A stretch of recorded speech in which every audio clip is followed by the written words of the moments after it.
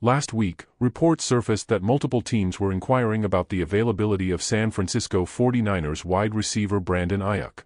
This week, General Manager John Lynch was asked directly if there was any truth to those rumors.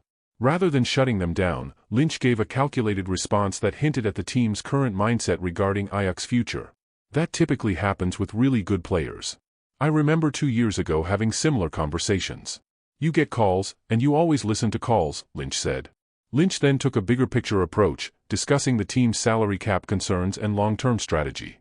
Since Kyle, Shanahan, and I have been here, we've been the number 2 cash spending team. In the last 4 years, we're the 4th highest cash spending team.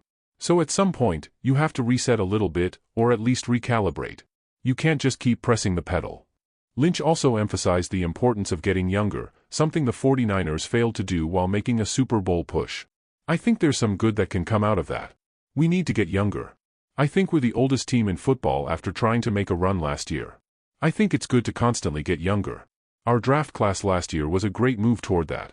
We'll have 4 picks in the top 100. If the comp picks happen like we see it, we'll have 10 picks overall. We're excited about adding more youth to the great core of players we already have. Lynch could have easily denied any possibility of an Aiyuk trade, but instead, he essentially laid out why it might make sense.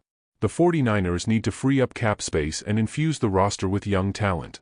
Trading Aiyuk, who signed a 4-year, $120 million extension before suffering a season-ending ACL and MCL tear, would help accomplish both goals.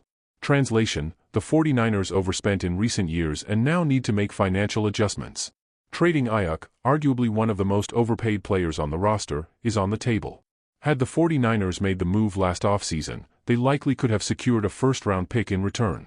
Now, given his significant knee injury, they'd be lucky to get a third-round pick.